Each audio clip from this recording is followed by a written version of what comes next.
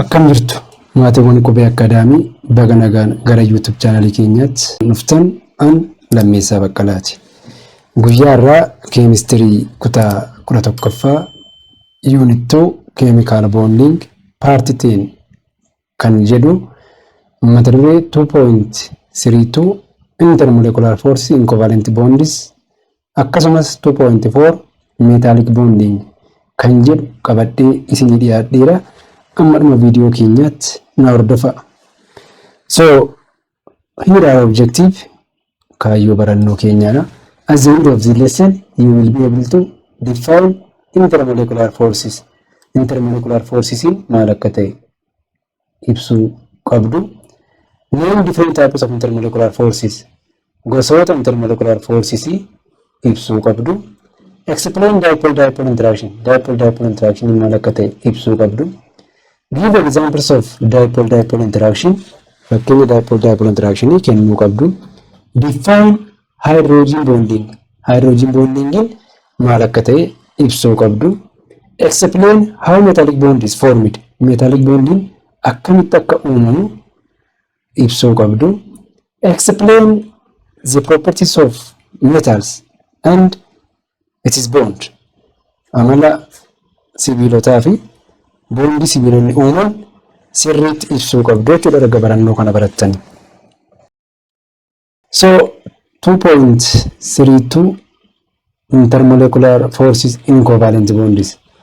Generally there are two types of forces that hold matter together. Walumaa gala humnoota maatara yookiin wantoota walitti qabanii jiran bakka gurguddaa lamatti qoonnee ilaaluu dandeenya.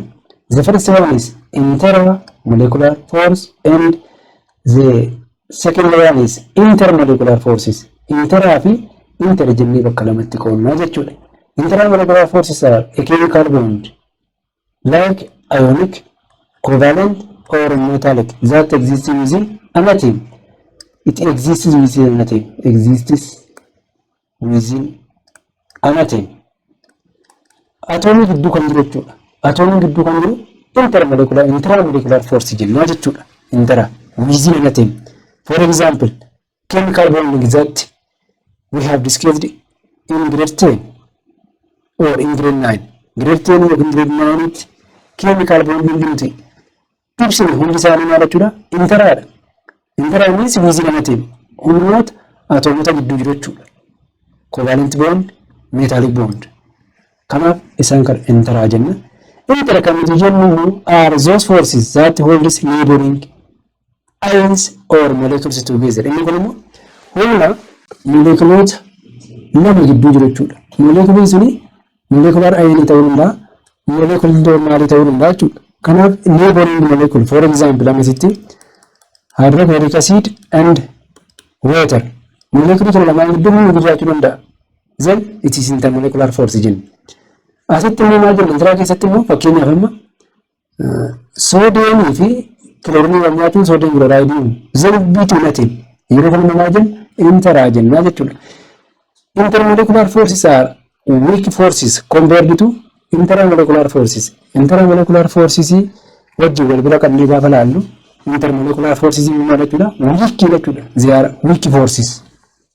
Weak force. Sababni isaa covalent bond yookiin metallic yookiin immoo ionic jechuudha. Kanaaf humnoota maatarii gidduu jiru interaa fi inter jennee bakka lamatti qoonnee ibsuu dandeenya jechuudha.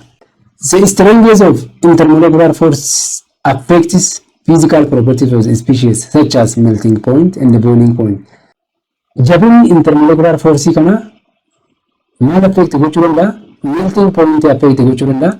Boiling point affect gochuu danda'a jechuudha. Akkamittiin fakkeenyaaf intermolecular force tokko strong yoo ta'e melting point guddaa fi boiling point guddaa qaba. Intermolecular force isaa immoo xiqqaa yoo ta'e low melting point fi low boiling point qabaata jechuudha. Therefore it affects the physical properties of a species or a substance. As keessatti kan ilaallu there are three types of attractive forces known to exist between neutral molecules. Kan as keessatti ilaallu gosoonni intermolecular force gara ja'aata. Garuu kan as keessatti ilaallu dipole-dipole force, London or dispersion forces and hydrogen forces. Isaan kana sadan as keessatti ilaallaa jechuudha. Isaan kun sadan immoo humnoota yookiin attractive force neutral molecule lama gidduu jiru jechuudha. Dipole forces, London dispersion forces and hydrogen forces. Hydrogen forces or hydrogen bonding jechuu dandeenya jechuudha. Akkasitti dipole and London dispersion forces are called van der Waals forces. Isaan kun lamaan maal jedhamanii beekamu? Dipole fi London dispersion forces van der Waals force. Van der Waals forces. Van der Waals forces jennee ibsuu dandeenya jechuudha. Dipole fi London dispersion force. Isaan kun immoo molekiloota yookiin immoo attractive force neutral molecule lama gidduu jiru dha jechuudha. Isaan nuti irra sadan asitti ilaallu jechuudha. The first one is dipole forces. Dipole force jechuun maal jechuudha? Dipole force. Dipole force occurs between two polar molecule. Polar molecule lama gidduutti uumama jechuudha. It is attractive force occurs between two polar molecules. Attractive force occurs between two polar molecules. Stronger than London dispersion force. London dispersion force here stronger jechuudha. The attractive force decreases with increasing the distance between the dipole. Yoo fageenyi dipole lama gidduu dabalaa deeme attractive force sun maal ta'aa deema jedha? Xiqqaachaa deema jechuudha. Maaliif walirraa fageenyi isaa gaafa dabalaa deemu, distance isaa gaafa dabalaa deemu, attraction isaa xiqqaachaa deema jechuudha. Kanaafuu attraction force polar molecule lama gidduu jiru dipole force jennaa jechuudha. For example, look, hydrochloric acid and another hydrochloric acid. So hydrochloric acid can be written as hydrogen has partial positive charge because it has less electronegative atom. Then chlorine is partial negative charge. Then also hydrogen is partial positive charge. Then chlorine is partial negative charge. Then there is what? An attractive force. Because this partial negative and this partial positive attract each other. Attractive force. Attractive forces. Then if there is attractive force, so there is an attractive because opposite charge. In the camera, hydrogen, bromide and water region. Water is polar and hydrogen bromide is polar. Hydrogen is partial positive charge, bromine is partial negative charge, then hydrogen is partial positive charge, oxygen is partial negative charge. Then between partial positive charge and partial negative charge there is what? Dipole attraction. Dipole attraction itu jira jechuudha. Yeroo kana maal jechuudha? Attraction jira. Then we say dipole attraction or dipole force jenna jechuudha. Maaliif partial positive partial negative gidduu maal jira? Attraction jira jechuudha. Kanaaf polar molecule lama gaafa walitti dhiyaatan dipole force tiin ibsuu dandeenya jechuudha. Yookiin dipole force jechuu dandeenya jechuudha. The second one is hydrogen bonding. Hydrogen bonding jechuun maal jechuudha? Hydrogen bonding is formed when hydrogen is bonded to highly electronegative atoms like nitrogen, oxygen and fluorine. Hydrogen bonding kan jennu immoo yeroo hydrogen elementoota electronegativity guddaa qaban kanneen akka nitrogen, oxygen, fluorine wajjin bondii yookiin bondii uumatu kan ijaaramu yookiin kan qophaa'u jechuudha. Hydrogen bonding. Hydrogen bonds are strongest type of attractive forces between polar covalent bond.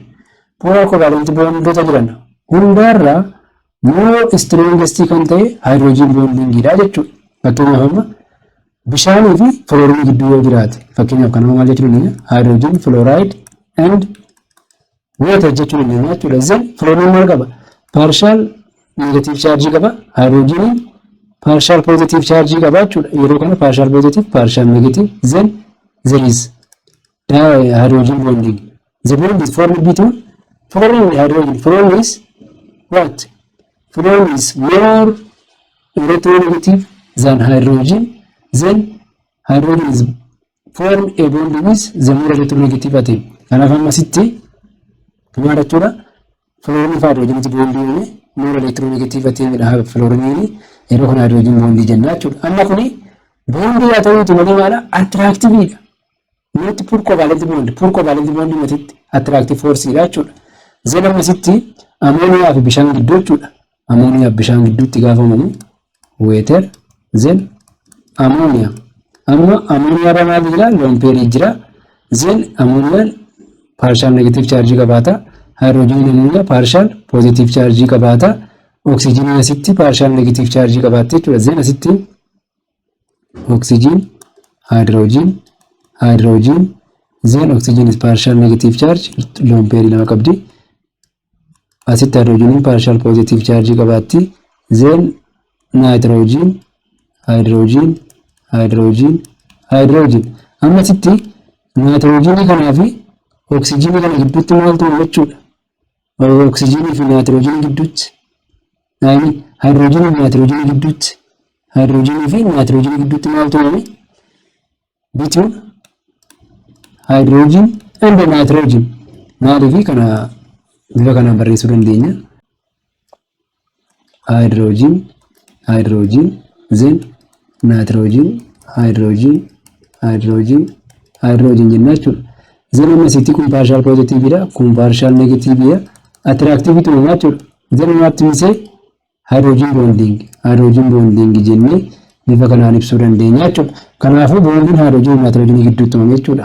Water molecule dha kun water molecule fi ammonia dha. Kun immoo maal agarsiisa? Ammonia fi hydrogen fluoride zenamma akkamitti barreessuu dandeenya kana nitrogen then hydrogen fluorine jenna jechuudha. Kanaaf amma kun partial positive dha kun partial negative dha. Yeroo kana hydrogen fi oxygen gidduutti maal jira jechuudha? Attractive force jira jechuudha. Hydrogen bonding then kanas maal jenna? Hydrogen bonding then hydrogen bonding jechuudha. Walumaa gala hydrogen bonding yeroo hydrogen elementoota electronegativity guddaa qaban kanneen akka nitrogen oxygen fi fluorine wajjin bondii uumtu kan uumamu hydrogen bonding jenna jechuudha. Inni sadaffaan dispersion force yookiin immoo London force kan jennu jechuudha. London dispersion force present in all molecules. Moleculoota hundaa keessatti kan inni argamu. Dispersion yookiin immoo London force jechuudha. Sababni isaa iyyuu elektiroonii yeroo hundumaa irra jiraatu sochiirra kan isaan jiraatan. Yeroo sochiirra jiraatan immoo elektirooniin bakka tokko bakka biraatti gaafa sochootu elektiroon cloudii sana maal gochuu dandeessi? Distort gochuu dandeessi yookiin immoo jijjiiruu dandeessi. Yeroo kana position elektiroonii jijjiirama gam tokkotti partial positive humte gam tokkotti immoo maal humti? Partial negative charge humte jechuudha. Yeroo kana elektiroonni imbalansii ta'u. Imbalansii gaafa ta'an partial positive charge, partial negative charge qabaatu jechuudha. But they are common for nonpolar molecules. Kanaaf dispersion force inni kan irra caalaa common ta'e warra kamiif warra nonpolar ta'aniif jechuudha. Forms a temporary dipoles. Temporary dipole kan isaan uuman akkuma jalqaba isinii kaase elektiroonni yeroo sochiirra jirtu gam tokkotti partial positive charge humti gam tokkotti partial negative charge humti balaansii isaa gadhiisa jechuudha elektiroonni. Yeroo kana gam tokkotti elektiroonni xiqqaatti gam tokkotti elektiroonni baay'eetti partial positive partial negative charge uuma temporary dipole uuma jechuudha. They are weak. Baay'ee dadhabaadha very weak because nonpolar molecules. Amma kana ilaalle elektiroonni kun balaansii ta'anii kan isaan jiran symmetrical distribution dha nucleus irra warri kun immoo symmetrical jechuu dandeenya. Then amma asitti maal jechuudha motion irra jiru waan ta'eef temporary dipole uumu. Balaansii isaanii gadhiisee jechuudha. Yeroo kana gam tokkotti baay'attee gam tokkotti xiqqaatte amma asitti ni baay'attee asitti immoo ni xiqqaatte. Then partial positive fi partial negativity uumu jechuudha.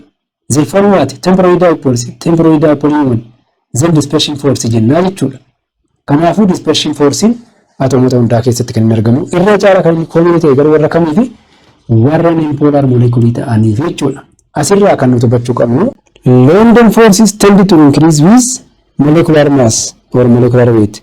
London force kun yeroo molecular mass dabalaa deemu London dispersion force maal ta'aa deema? Fakkeenyaaf amma oksijiinii fi kaarboon daayoksayidii yoo fudhanne lamaan isaanii maana bipoolaar moolekuliidha. Inni kun 32 moolaar giraam per moolii qaba moolaar maasii. Inni kun 44 qaba jechuudha kaarboon daayoksayidii giraam per mool. Kanaaf amma yeroo moolekular maasiin dabalaa deemu loon dispersion forcein dabalaa deema jenne kaarboon daayoksayidii is more strong ta'a jechuudha oksijiinii caala because of molecular mass. The strength is also affected by molecular shape or molecular geometry.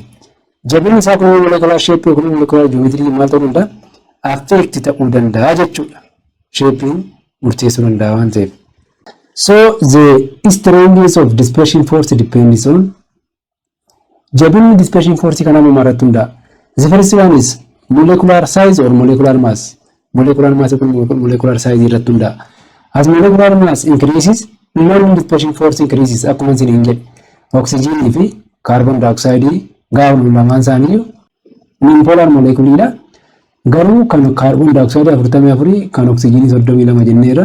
Kanaaf more strongiin kaarboon daayoksayidii jechuudha. Molecular massiin gaafa dabalaa deemu loon dispersion forcein dabalaa deema jechuudha. Number of electrons. More electrons, stronger temporary dipoles. Yeroo baay'inni elektiroonii dabalaa deemu loon dispersion forcein maal ta'a deema jechuudha dabalaa deema. Baay'inni elektiroonii dabalaa gaafa deemu baay'inni temporary dipoles maal ta'a deema dabalaa deema. Yeroo kana loon dispersion forcein ni dabala jechuudha. Molecular shape ni maal gochuu danda'a affect gochuu danda'a jechuudha. Molecular shape irratti hundaa'uu danda'a. Yoo molecular loongii ta'e extended shape yookiin immoo straight shape yoo qabaate stronger loon dispersion force qabaata jechuudha. More surface area qabaata yeroo kana strong ta'a jechuudha. Yoo immoo compact ta'e branch qabaate yeroo kana immoo weak intermolecular force qabaata jechuudha. Loon dispersion force weak ta'a jechuudha. Kana molecular shape illee affect gochuu danda'a loon dispersion force jechuudha. Molecules with the same molecular weights, the strength of the dispersion force is affected by molecular geometry or molecular shape. Molecular tokko yoo molecular weight yookiin molecular mass wal qixa qabaate yookiin wal fakkaataa qabaate strength of dispersion force isaa maaliin determine ta'a jechuudha. Molecular geometry tiin molecular shape irratti hundaa'a jechuudha. Isaan affect ta'uu danda'a. Fakkeenyaaf akkuma boqonnaa kutaa keemistirii kutaa kurnaffaa boqonnaa ja'affaa keessatti barattanii inni penteen 2 methyl butane 2 dimethyl propane amma isaan kun isomers of pentane jechuudha. Isomers pentane they are isomers of pentane they are isomers of pentane ila then isomers of pentane ta'ani pentane immoo C5H12 here is pentane jenna. Then molecular mass isaa meeqa kan kaarboonii 5/12 ida'uu 12 jechuudha. Kun 60 ta'a ida'uu 12 72 jechuudha. Kanaaf amma n pentane means CH3 CH2 CH2 CH2 CH3 kanaaf kun maal jechuudha? n pentane inni kan biraan 2 methyl butane CH3 CH3 CH2 CH3 kun maal jechuudha? 1 2 3 4 2 methyl butane jenna jechuudha. The same molecular formula C5H12 jechuudha. But different structure. Inni kan biraan 2 CH3 CH3 kun maal 2 dimethyl propane jenna jechuudha. Amma molecular kana gaafa ilaallu molecular weight yookiin molecular mass wal qixa qabu. That jabinni isaanii tokko miti. Strength isaanii tokko miti jechuudha. Maarratti hundaa molecular shape irratti hundaa'e jenna jechuudha. Kanaaf amma inni pentane more strong. Boiling point meeqa qaba? 36 degree Celsius qaba. 2 methyl butane less strong. Weak jechuudha. boiling point 28 degree Celsius qaba. 2 dimetal propylene immoo boiling point 9.5 degree Celsius qaba jechuudha. Kanaan maraatti hundaa jechuudha. Molecular shape yookiin molecular geometry irratti hundaa jechuudha. The other one is metallic bonding. Inni kan biraan metallic bonding dha kan nuti wajjin ilaallu. Maali metallic bonding? You know chemical bonding. Chemical bonding. Chemical bonding kana bakka gurguddaa sadiitti qoodnee ilaalla. Ionic, then covalent, then metallic. Metallic jennee bakka gurguddaa sadiitti qoodnee ilaalla jechuudha. Metallic bonds are the chemical bonds that hold atoms together in solid metals. Metallic bond kan jennu gosa chemical bond ta'e sibiila jajjaboo ta'an kan walitti qabee jiru jechuudha. For example, copper, iron, aluminium. They are what? They are metals. Amma isaan kun metalidha. Metallic bond jechuudha. Each metal atom is bonded to several neighboring atoms. Amma metal atom tokko metal atom kan biraa hedduu wajjin bonding uumuu danda'a jechuudha. Fakkeenyaaf amma let's example magnesium. Amma magnesium kun magnesium kan biraa magnesium hedduu wajjin bonding uumuu danda'a jechuudha. Akkamittiin metallic bond is formed by the sharing of free electrons or dilapidated electrons among lattice of positively charged metal ions. Kana jechuun maal jechuudha? Fakkeenyaaf amma magnesium valence electron lama qaba. Valence electron kun maal taati? Detached ta'e taati magnesium kanarraa. Yeroo kana magnesium maal qabaata jechuudha? Positive 2 qabaata jechuudha. Positive 2. Then electron lama detached irraa taate immoo molecular kana yookiin immoo metal kana keessa jirti jechuudha. Isheen immoo maal goote jechuudha? Positive metal ion fi dilapidated electron kun attract wal godhu. So they are formed by sharing of free electrons or dilapidated electrons. Free electrons kan jennu electron metal atom kanarraa detached taate atom kana keessa jirtu jechuudha.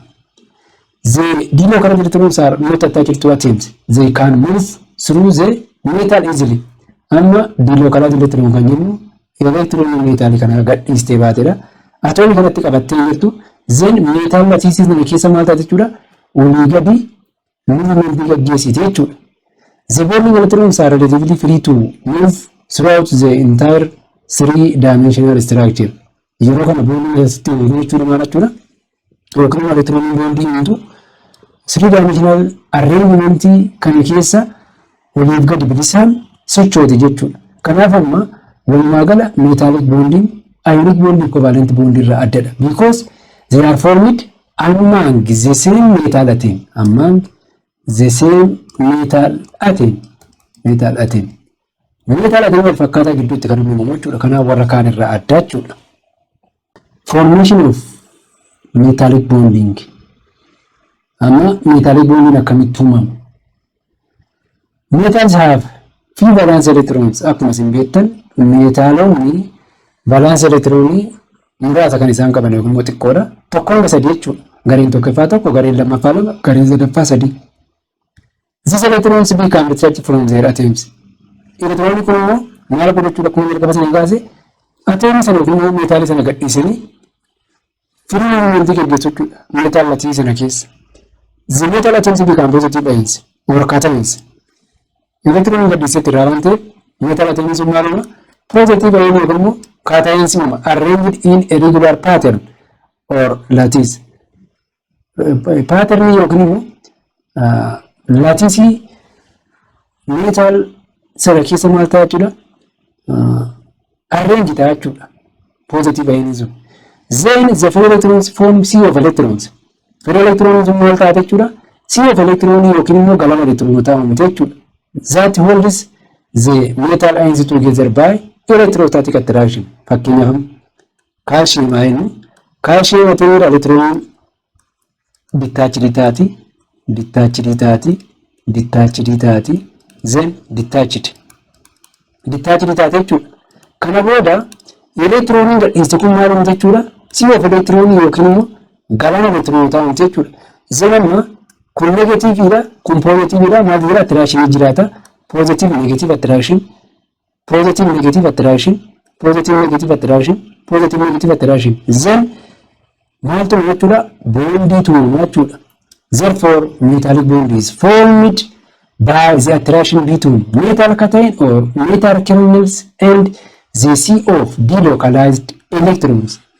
Harkisa metal cation fi sea of electron gidduu jiru kamuu jechuudha. Metallic bond. Kanaaf amma calcium ion kan fudhanne calcium balance electron nama qabdi lamaan kun irraa detached taati atomota calcium hedduu jira jechuudha. Kanaaf electron detached taate kun immoo sea of electron yookiin immoo galaana electron taate jechuudha. Metal kana keessatti yeroo kana positive ion and negative ion jira. Metal positive ion and sea of electrons which is negative. Then there are electrostatic attraction which form metallic bond. Metallic bond bifa kanaan uumamaa jechuudha. The strength of metallic bonds depends on metallic bond yookiin jabinni metallic bond irratti hundaa'a. The number of electrons in the delocality of electrons baay'ina delocality electron irratti hundaa'a. Yoo baay'inni delocality electron baay'ee ta'e metallic bond sun maal ta'a jechuudha? Cimaa ta'a jechuudha. If more electron or more delocality electrons result in a strong bond, then a higher melting point. Fakkeenyaaf amma aluminiyamii fi soodiyemii yoo fudhanne jechuudha. Then amma aluminiyamiin garee sadaffaadha, soodiyemiin garee tokkoffaadha. Kun sirrii positive ioniumti, kun immoo waan positive ioniumti jechuudha. Number of C electron asitti meeqa tuumama? Sadii tuumama, asii tokko tuumama. Kanaaf inni number of more C electron kun more strong jechuudha. Kanaaf aluminiyamiin soodiyemii irra more strong jechuudha. More strong. Inni lammaffaan irratti hundaa the packing arrangement of metal atoms. Arrangement yookiin walitti dhiyeenya metal atom irratti hundaa. The more closely packed atoms are the stronger the bond and the higher melting point. Yoo atomonni metal tokko walitti packed ta'anii kan argaman ta'e bonding gidduu jiru maal ta'a jechuudha? Strong ta'a. Bonding gidduu jiru strong ta'a taanaan immoo melting point isaa maal ta'a? Guddaa ta'a jechuudha. Kanaaf isaan kana sana irratti hundaa'a jechuudha. Number of delocality of electrons and the packing arrangement of the metal atoms. The valence electrons are shared among all atoms in a sample. Fakkeenyaaf amma akkuma argamatanii kaase calcium ion, calcium ion, then calcium ion. There are so many calcium ion. Then maaliif electron dabalabarraa release taatee tokko detached taateetti. Kanaaf sample kana keessa valence electron atomota hedduu wajjin shared taate jechuudha. Therefore the valence electrons are shared among all the atoms in the sample. Sample kana keessa atomota jira wajjin shared jechuudha. The piece of metal is held together by mutual attraction of the metal cations for the mobile highly delocalized valence electrons. Fakkeenyaaf sibiila cittuu yoo fudhanne kan ittiin walitti qabamee jiru yookiin immoo boondiin ni qabu jechuudha. Meetaaliik boondiidha. Meetaal katayanii fi delocalized valence electronotiin kan inni uumame jechuudha. Kanaaf fakkeenyaaf sibiilota yoo fudhanne sibiilonni strong bondii qabu. Kanaaf amma yoo tumaman yoo batteeffaman kan isaan hin cabneef jechuudha. Kanaaf metallic bond strength is number of electrons in the delocalized C electron fi the packing arrangement of the metal atoms irratti hundaa'a jechuudha. Inni kan biraan nuti ilaallu the electron C model. Electron C model jechuun maal jechuudha? Electron C model jechuun a model. It is a model. Electron C model is a model which picture a metal as an array of metal contains a sea of electrons. Electron C model kan jennu picture yookiin immoo moodeliidha. Modelii metal ion fi electron C iddoo tokkotti agarsiisu jechuudha. Akkasitti kun metal ion warri positive ion kun metal ion warri tuqaa kanaan jiran immoo delocalized C electron jechuudha. Modelii bifa kanaan iddoo tokkotti metal cation fi electron C model agarsiisu maal jenna jechuudha? Electron C model jenna jechuudha. Therefore electron C model is a model which pictures the metal as an array of metal cations in a sea of electrons. Amma fakkeenyaaf sea of electron jiru warri kun warri gurraachi kun sea of electron kun delocalized electronidha. Positive ion jira jechuudha. Kanaaf picture yookiin model iddoo tokkotti metal cationii fi delocalized electron agarsiisu electron C model jenneetu ibsina jechuudha. Inni kan biraan nuti ibsinu properties of metals and bonding. Ni amaloota sibiilotaa ibsinu. Sibiilonni amaloota akkamii qabu? They are malleable.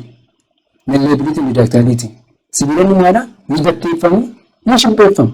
Bakkee amma sibiilonni batteeffamaniiti kan isaan wantoota garaagaraa hojjetan. Yookiin bifa shibbootiin ni yaa'u jechuudha. Fakkeenyaaf kooppeer waayee yoo fudhanne ni shibbeeffama. Bifa fayaatiin qal'atanii yaa'u jechuudha. Kun immoo burrusaan gaafa dhaaman maal ta'u jechuudha? Ni batteeffamu. Fakkeenyaaf ni diimatu gaafa sibiilonni qaraman. Fakkeenyaaf kanneen akka shukkaafaa dufaa yoo ni qaramu. Yeroo kun immoo baay'ee diimatu. Kasalaa yookiin abidda keessatti jechuudha. Utuu boonni gidduu isaanii jiru cinaan ta'eeti yeroo kana baqanii gargar caccabu jechuudha. Garuu maal miti boonni sun cimaa waan ta'eef baqanii gargar hin cabanii jechuudha. Therefore they are malleable and ductile. Amala batteeffamuu shibbeeffamuu qabu. They are good conductors of heat and electricity. Dabarsoo fi dabarsoo elektirikii gaariiti sibiilonni. Because of free electron sababa free electron qabaniif jechuudha. The electrons are known as conduction electrons. Metals can conduct heat. Because of conduction electrons, metals can conduct heat. Sababa conduction electron yookiin free moving electron qabuuf sibiilonni ho'a dabarsu jechuudha. They have high melting and boiling point. Qabxii baqinaa fi qabxii danfinaa olaanaa qabus sibiilonni. They are lustrous. Shining surface ni calaqqisu amala calaqqisu qabu sibiilonni ni calaqqisu yookiin shining appearance qabaatu jechuudha. The alkaline earth metals group 2 have higher melting points than the alkali metals of group 1. Sibiilonni alkaline earth metal yookiin garee tokkoffaa qabxii baqinaa sibiilota garee tokkoffaa yookiin alkaalii meetaalsii irra guddaa qabu. Maaliif sababni isaa? Because they have twice the number of valence electrons and greater attraction. Sababni isaa maal jenne? Elementoonni garee lammaffaa kuni twice valence electronii qabu warra garee tokkoffaa jechuudha. Fakkeenyaaf beriiliyeemii yoo fudhanne positive tuura, liitiyeemii fudhanne positive waan jechuudha. Twice jechuudha kan beriiliyeemii. Yeroo kana immoo maal jenneedha? More attraction jiraata. Then strong bonding strong bonding mudataanu higher melting point qabaata jechuudha. Kanaaf jalqaba maal jenneera? The strength of metallic bond depends on what? Depends on the number of delocalized sea of electrons.